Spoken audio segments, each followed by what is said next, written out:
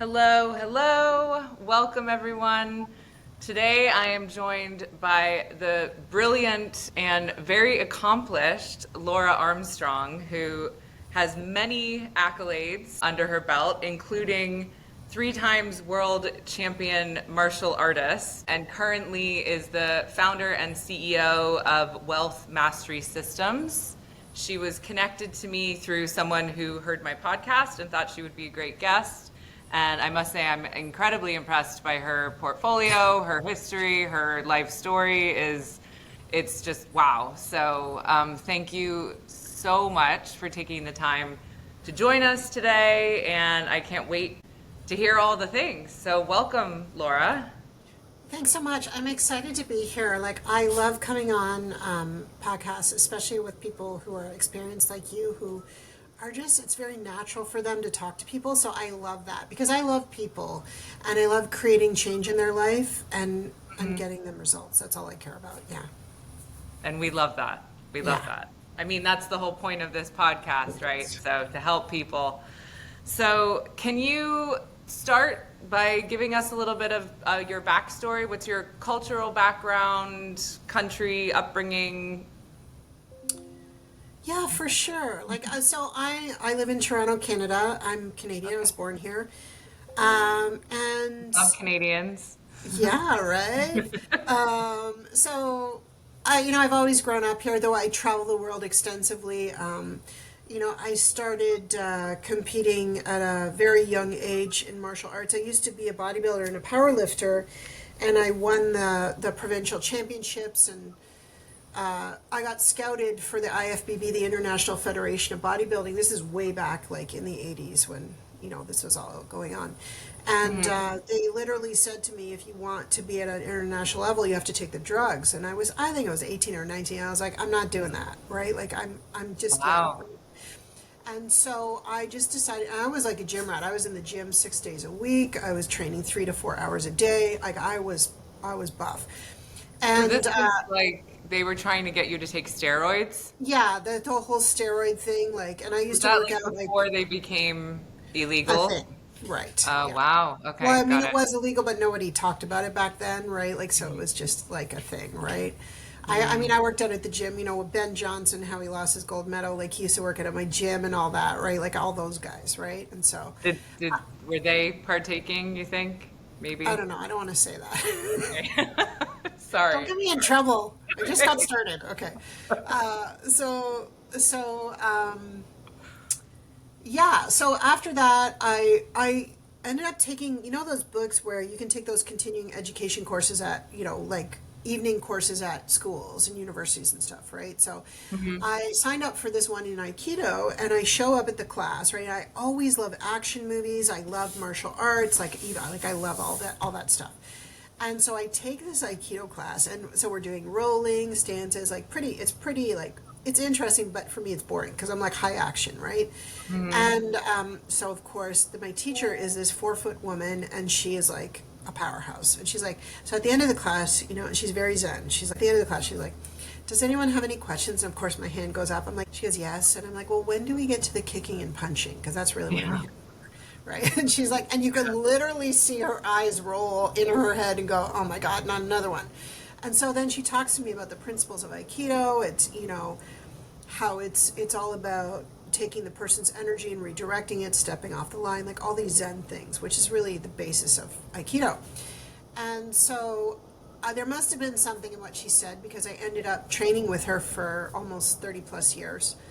Oh, And wow. back then you had to be invited to someone's school. You couldn't just show up, right, like it is today.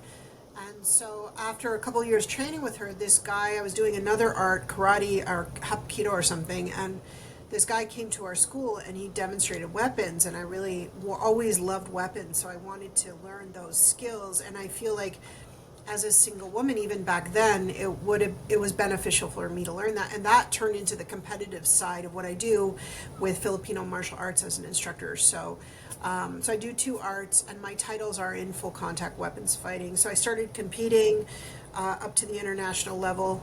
For many years, I retired when I was 42. I created many champions. I coached the Canadian team for years. I became a holistic practitioner to give me the edge in my competition, but I loved it so much, the change that brought about in me, that I got certified in a ton of different not a ton, like 5 or 10. And then, Well, and that's so a lot. it's a lot, right? Yeah. Yeah, right. It's a ton in the holistic world. And so I did that, and I still do that to this day. I integrate that into my business. And then I Yeah. worked in corporate for a couple decades as a commodities trader. I was the only woman on the trading desk a lot of the time, and that was a shit show, And you didn't. Oh, I don't know if I was supposed to swear, but I did Go. anyways. It's fine.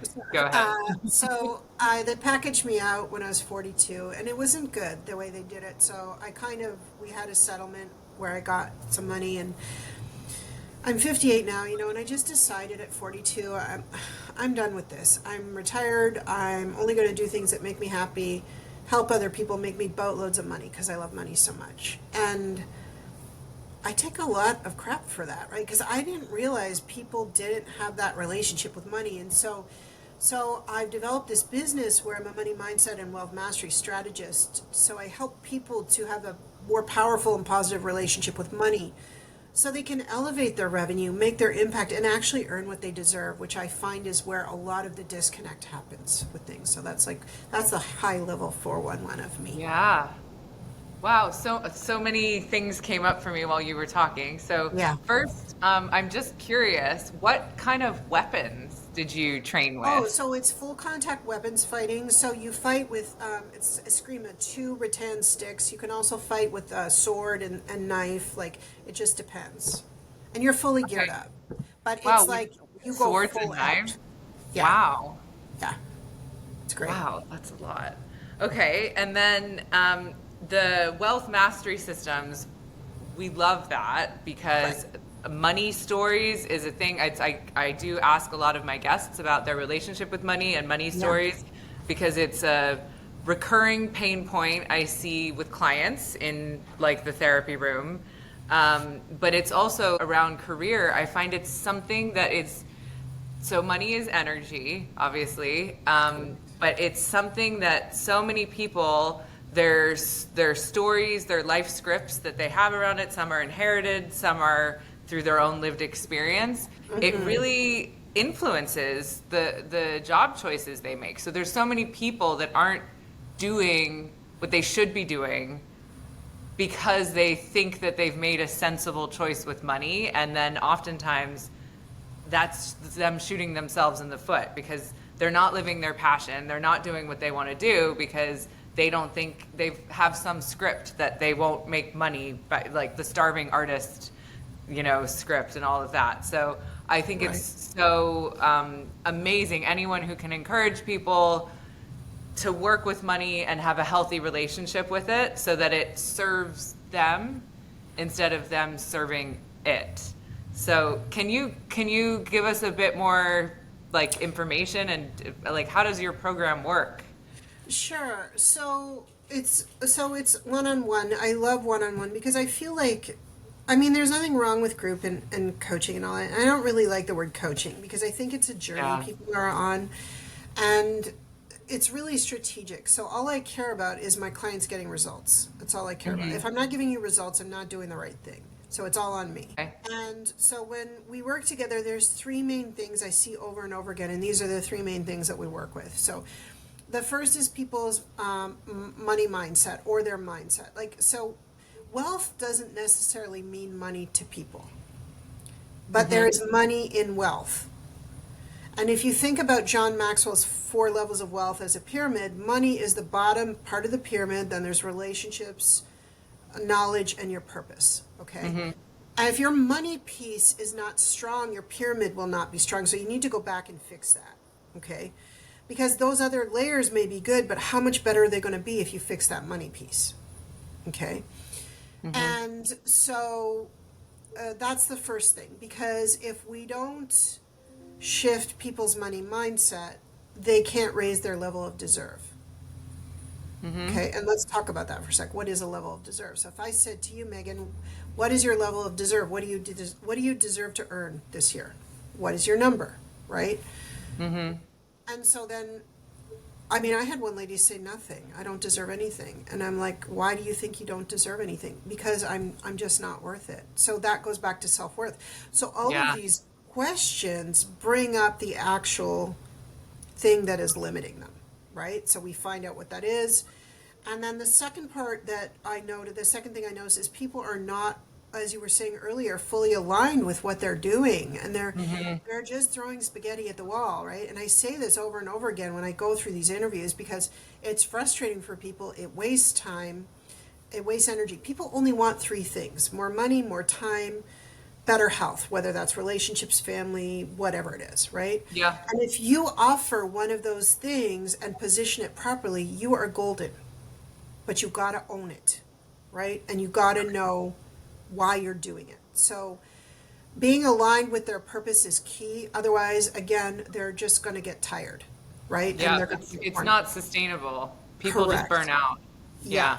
And so that means having your mission, your vision, your UVP, and also what is your why? Your why is made up of two parts. It's made up of your purpose and it's made up of your drive. Most people know their purpose. Most people don't know what their drive is.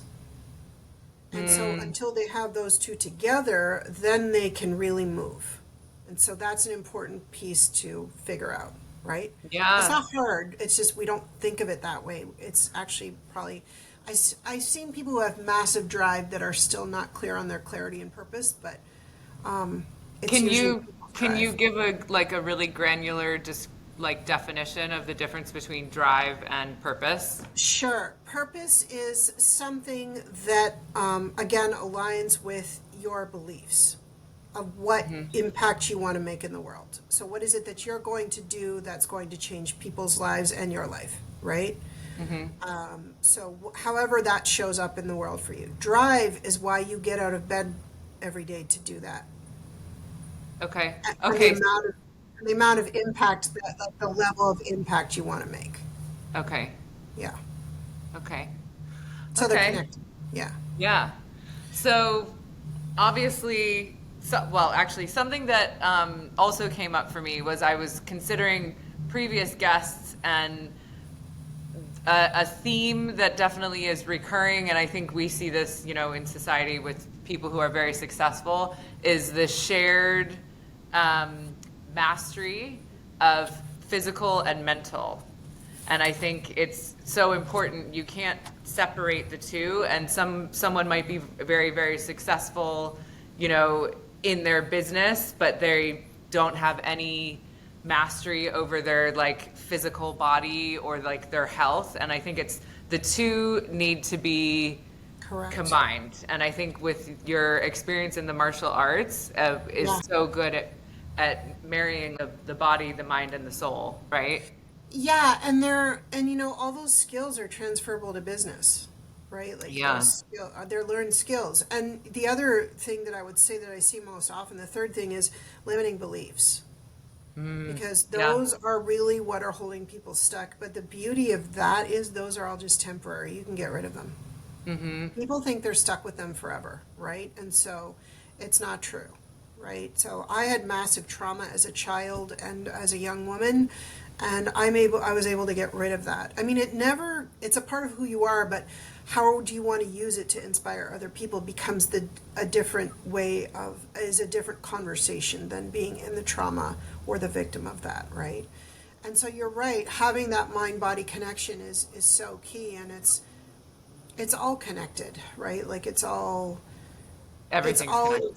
everything's connected, right? And so yeah, like, and it needs to connect up, right? And so when I'm working with people and I see them start to give up their limiting beliefs, first of all, they think they're trapped. That's the number one thing I see most often, but they're not. And once you start to give them a path out and they start to take that path, all of a sudden, these things start to come in, right? And then all of a sudden they start to have this different perspective. They're like, this is actually working. I'm like, in my mind, I'm like, yeah, I know. But I'm like, that's great. How do you feel? And so they're like, so when we talk originally, I take them through this process where I take them into the present, where they are in their business, the future of where their vision is.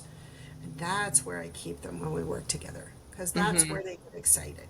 and then into the past Yeah. where they virtually tell me why they need to get rid of their stuff. Yeah. Yeah, absolutely. There's so much research now, especially that I'm reading about and seeing, where it's like if you can get yourself mentally and emotionally to be existing where you want to be, then Yes. it's like it raises your energy, and then Or you you're attract, already there. Yeah. Yeah. yeah, Yeah. you attract that instead of the limiting Yeah. beliefs and the low self-worth place that so many people operate from. Yeah. Because it's their go-to, and that's all they know. Yeah. Right. Yeah, and people get addicted to their chaos, to their pain, to their trauma, and it becomes that's their normal, their everyday. Yeah. Right. Um, you referenced that you had some trauma. You don't have to get into it if you don't want to. Yeah. No problem. But what would you say was a real turning point, rock bottom for you, kind of in your career that led you to sort of going out on your own and creating this system? Was it just when you left the trading environment, or, Yeah, it's so interesting because there have been many points in my life where that happened, but it was when I got released from my job. I was also getting certified in my Reiki master level to teach Reiki. So you go through this attunement, which is a big attunement where it all just clears everything. So anything that's in there that you're going to look at. And so what came up for me there was my father had sexually abused my sister and I at a very young age. And Wow. it explained so much of my life and why I was an overweight kid, why I put on weight, why I behaved the way I did, why I always protected myself, why I always wanted to be able to defend myself. So all of these things through my life. So that happened. I lost my job. I'm dealing with this trauma, and then I was also competing for the World Championships where I won my last 2 gold medals. So all of this was happening at this one time within the space of, I'd say, 6 months. It was the hardest Oh, wow. and best 6 months of my life when I look back on it, right? And I was never the same after that. And so I really feel like these rebirths are a way for us to level up. And, I'm the type of person, like, I'm not subtle, right? Let's just be honest. So it's like the universe is like, I'm in your face and it's all here. So you better look at it and stop ignoring me, right? And so not everybody needs that approach. But sometimes I'm like a hammer on an anvil. Like, it's just me, right? Like, so Yeah. I would hope that when I work with my clients, we don't need that, right? We can be more gentle about having that transformation. And that's what I want. I want ease for people, but I want them to Yeah. get.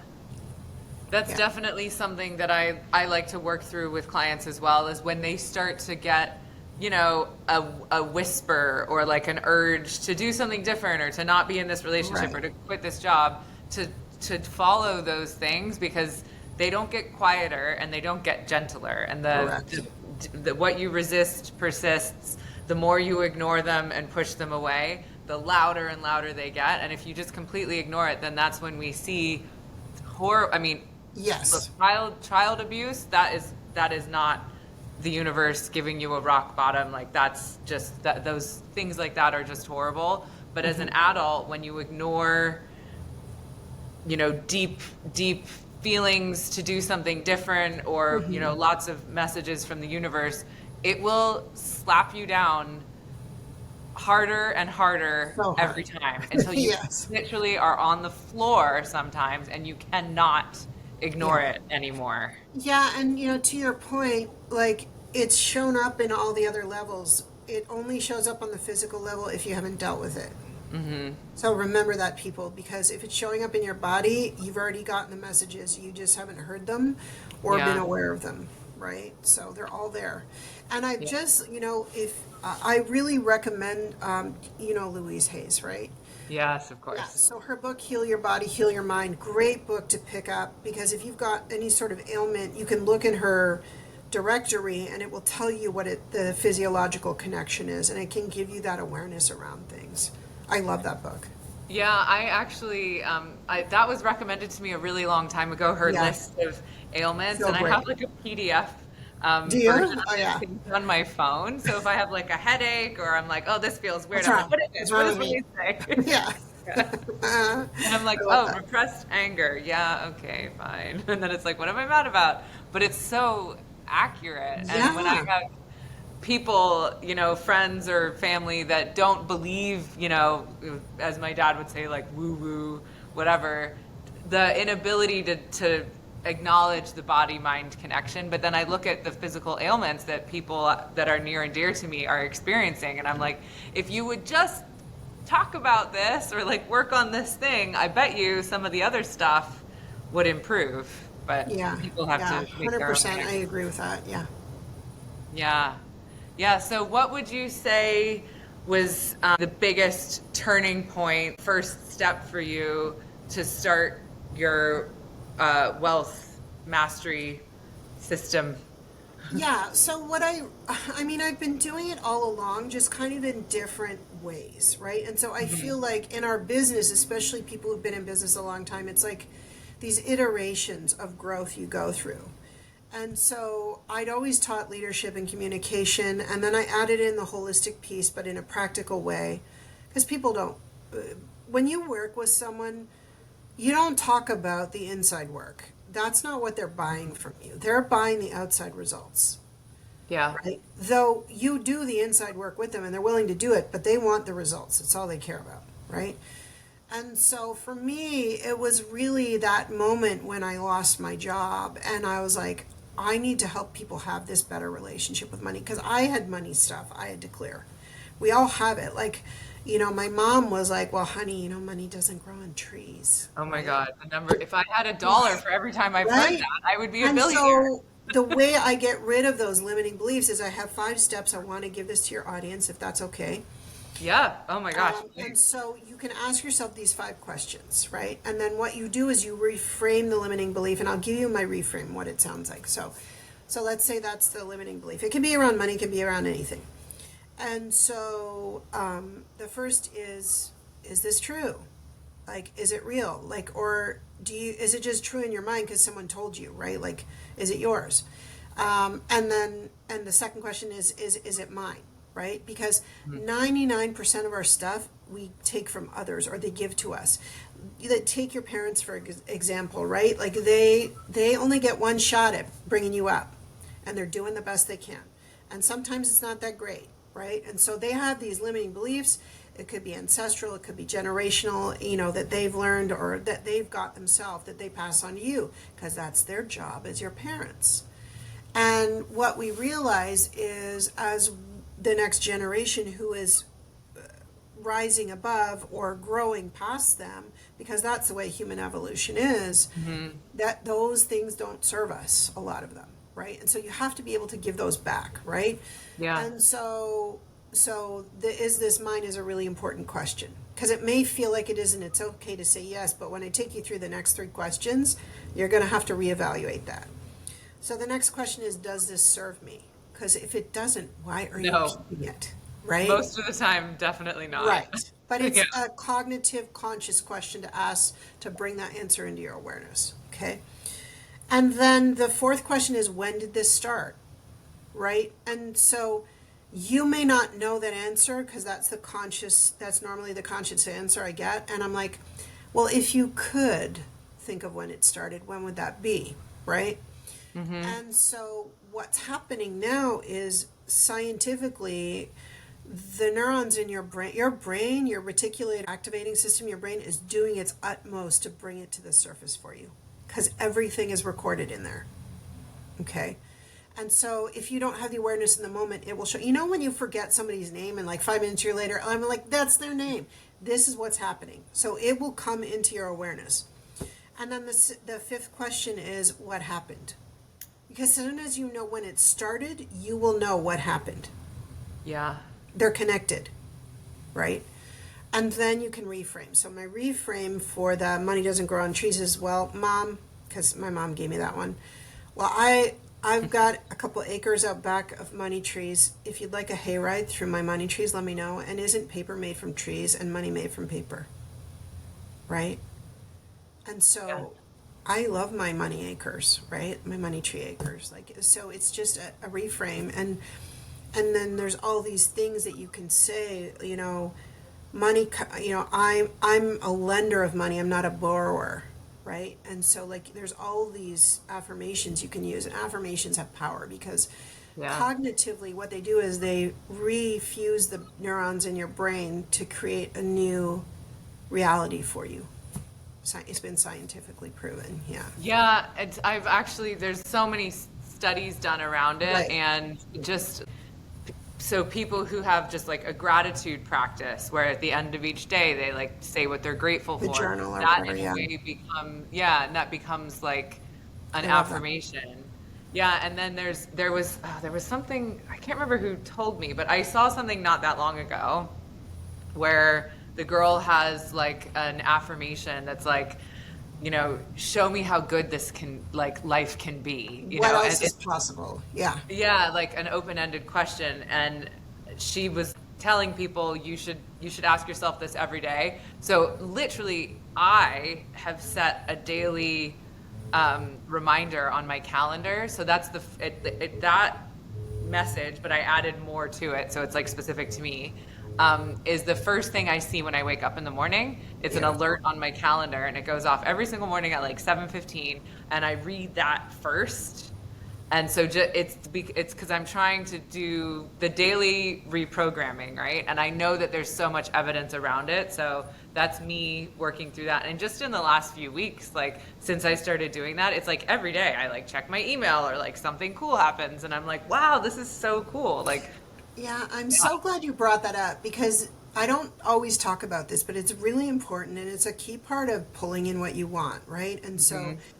when we when we answer our questions, or good or bad, we've shut down the possibilities. Mhm. So I would urge you to ask questions. What else is possible here? How does it get better than this? And so leave the question out there because what's going to happen is then you're going to get everything back. Not Mhm. just the one thing that you wanted that way, because that's never going to happen. And then you're going to have a disappointment of your expectations. So Yeah. ask the questions and leave them out there and see what Yeah, shows and I up. tell clients to reframe when they're like, I want this or this, and I'm like, or better. Yeah. Always keep it open to something, because things beyond your imagination that Yeah. are even better for you. Think you Yes. haven't thought of it yet, but it doesn't mean it doesn't exist for you. Like Perfect. Yeah. I'm willing to yeah. have it all. Yeah. Yeah, I'm just willing to have it all. always allow room for like magic and surprise, because Yes. if you say, I want this or better, like, wow, or better can be so much better than what you So even true. envisioned. Yeah. 100%. Yeah. So you've been using this system now for how long? Oh gosh, for like 20, 30 years, but formally probably in the last 15. Yeah. Okay. And would you say that you've just seen like, Oh my gosh, yeah. If people do the work, they have massive change. They are different people, yeah, right? Like yeah, 100%. And I mean, I've created champions over and over again. I know what that formula is, right? I know to how to get, and that's why I work so much with high achievers because it's a different mindset. There yeah, are three things that differ, like millionaires and billionaires from the regular Joe. And the first is they're absolutely obsessed with being the winning. best, like being Yeah. the best at what they do, and they do whatever that takes to be there. And what is the next level for them? There's never a stop point. The second is they're lifelong learners, so they're Hmm. always learning. And the third is quality, excessive quality of life. Like, and I mean that the best, the best physically, the best mentally, the best at their job. Like, so there's this level of consistency, constantly at a high achieving level. So they must be the best at those things, like mind, body, spirit, or business, body, spirit, whatever it is, right? Yeah. And so I consistently see those things in high achievers all the time. It's a very different conversation. A high achiever is never going to tell you something's wrong. Never. Okay. Yeah. Because they're never going to admit it. So Okay. A conversation with them is very different. It's like, tell me where things are going for you. I want to know what your next plan is. And then once that conversation starts to happen, you could see where the gaps are or where the opportunities would be missed, or there might be some mindset stuff comes up. And once they have the awareness around it, they want to fix it because they don't want that getting in the way. Yeah, I think one of the defining characteristics with the obsession with like sort of perfection Yes. is always wanting to optimize, Yes. right? Yeah. They never lose opportunities. Never. Yeah, to be the best of the best always. Yeah. And there's another side of that, Megan. Like, we're not going to have a lot of time to talk about that, but like, when you are the best, what happens after that? And I did struggle with that, right?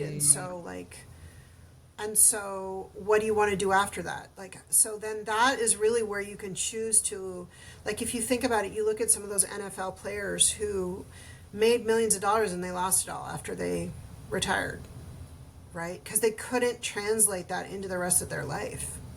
Yeah. Right. Well, and then there's also there's the whole psychology behind Correct. your nervous system has to be, you can get to a place where you can bring it in, but you also have to be at a place where you can hold it. Yes, And so the correct. example that's always given is of like someone who's never really been exposed to or experienced any wealth, and then they win the lottery. They're the And they people who they are like spend it all. notorious for blowing it. They make stupid purchases and a bunch of trips, and then it's all gone Yeah, yeah. because they don't 100%. know how to hold it, and they don't have any lived examples of people in their reality Correct. who have obtained wealth and held on to it, which is another reason for the existence of this podcast, is to help so that people can have lived examples, real life examples of other people who've done things that they might want to do, right? And when you are scaling, like, make sure that your mindset's right, that you're aligned, and that those limiting beliefs aren't holding you back. Like, those three pieces alone are worth like gold, right? So if you can manage those, then like, I mean, you're set, Yeah. With your own personal trauma, what were some of the biggest things that you did to help you work through it? So a lot of it was forgiveness. And again, so for me, it was so hard because I had so much rage and anger that was done to me and I had no control over it. And so you really have to realize you're not that 8-year-old child anymore and you have control over what you're doing. Right? So that was a big part of it. The second part was forgiveness. And the forgiveness, I mean, I practice what I preach. I put it out there and I kept checking on it. Can I forgive? Can I forgive? Right? It took about 3 years and I checked in. I'm like, yeah, I'm good now. Right? And so I just let it do its work, however that showed up for me, whatever, through actions or just letting go or whatever it was. And we're only here for such a short time. And so what do you really want to spend your energy on was the question I had to ask myself. Do I want Yeah, to be? the forgiveness piece is a really big one. Yeah. How did you work with a therapist for that, or was it just personal? Like, how do you I just said I forgive? don't want to hold on to this. And you also need emotional intelligence, which I think is important. So there were two pieces. The first was, I don't want to hold on to this. I want to forgive, but I don't want to make what he did to me okay. So I want to forgive, right? And I'm putting that out to the universe, like I'm just leaving there, right? And so it was really that simple for me on that piece. And then the other piece was like, how do I not be angry, like at how this person took advantage of me as a small child and felt entitled to do those things to me. And so what I realized was, if we're really empathetic, I thought, what had happened to him to make him act that way? Because it had Yeah. to be far worse than what was done to me. Yeah. And that really gave me the perspective I needed to heal. Yeah. Because it was never really about me. Right? Yeah. That's really powerful. It's hard to get to that place, but if you can, it's just so much easier to let go. Yeah, there's a couple of exercises that we do in therapy. Like, one is a Gestalt Right. practice. Yes. Another is like a letter writing and timeline exercise, which can be helpful. There's a few from different modalities, Right, yeah. but the Gestalt empty chair technique I find can be really powerful for situations like that kind of trauma where Yeah. you put the person in the chair across from you, but they're not actually there, right? So it's Right. you just imagine that the person's in the chair and you have a conversation with them and you say like, how could you do this? You say everything that you need to say, you get it out, and then you switch. And so then you go and you sit where that person was sitting, we'll say it was your father, and you have to be your father, right? And then you talk to you, who's now, Yeah, yeah. basically the same And thing. so it like Language. forces you to get into their headspace, Mm-hmm. and you can explain what you're going to do to the client and they're like, okay, yeah, I can handle that. Some people get really nervous, but it's something about the actual physical act of doing that exercise Yeah. is so transformative and so powerful. And as soon as people have to be the person they're mad at, I just see like There's an it's awareness, yeah. yeah, it's wild. And it's so helpful because people are like, I never thought about, what must have happened to him or like how he must have felt. Like, and it's so powerful. And just that exercise in itself can like years of stuff can just drop off. Yeah, and the other thing too is I feel it was generational. I don't think it was just his generation. I think it went back a few generations. So there was some stuff there. Yeah. Like that was my feeling. But and who knows, right? Like who knows? Like I'm never going to delve into that, but like I don't you have the opportunity to break the chain, right? And so I Exactly. took the opportunity to break the chain. So it's never going to happen after me in Yeah, my being the cycle background. breaker. And Correct. I feel like that's a really big part of the current generation of people that are Yes. exploring self-help and personal development. We're like these cycle breakers that refuse to live like the generations before Yeah, us. we're It's not going just, to be trapped in our life. Yeah. yeah, completely. Correct. Yeah, awesome. Yeah. So, with all of that wisdom sort of floating around, what would you say is the biggest piece of advice that you could get? If you can think of everything that you have now in your mind and speak to yourself kind of in a empty chair scenario, Yeah. talk to yourself in your lowest point in that 6 months that you described to me that was the lowest point of your life, what advice would you give to yourself then? Well, there'd be a couple things I say. The first one is that you are enough and you don't answer to anyone else. And so you don't need anyone else's approval to live your life. Okay, that would be the first thing. And so what that does right away is it builds your confidence to own yourself. And that leads into point number two, which is own your own power and take it back from others. Because probably what's happened, and this I noticed in a lot of people, is as they've gone through their life, they've given little bits of their power away, right? Yeah. So pull all that back to you. And that will actually really create who you are as a powerful being. So own your own power and take it back from others. That's what I would say. Yeah. That's a big one. Yeah. Yeah. Wow. Okay. Well, thank you. Oh, That my was pleasure. that's a lot of information. I'm really excited for people to sit down especially and answer those 5 questions that you presented, 'cause I Yeah. think it's really That can powerful change your work. life, literally, in so many ways. Yeah, Yeah. completely. Yeah. If people want to work with you personally, Yeah. where can they find you? You can book time on my calendar. I'll spend an hour with you, and whether you work with me or not, I'll leave you with some tools regardless. So you can go to Wealth Mastery with Laura. Okay. Sorry, Wealth Strategy with Laura. Wealth Well, Strategy with okay. Laura. I'll put everything will be in the show notes Yeah, too. that's So, fine. Yeah. So wealthstrategywithlaura.com, that's my calendar. And so go on there and then book an hour with me, and I'm happy to talk with you. and I can say that calendar is very full. I'm so sorry, but I will talk to you. So book time. Yeah. We had many rescheduling and difficulties finding the Oh, time to God. do this, but I'm so glad that we did because this is so valuable. So Yeah, so many you're people will amazing. benefit from just hearing this Oh, I'm episode. so glad. Yeah. Yeah. Yeah. So Cool. thank you so much. My pleasure. Thanks for having me, and I'm excited to help people step into their own power and own who they are. That's really important. Yeah, me Thanks, too. Megan. You're Yeah, awesome. thank you.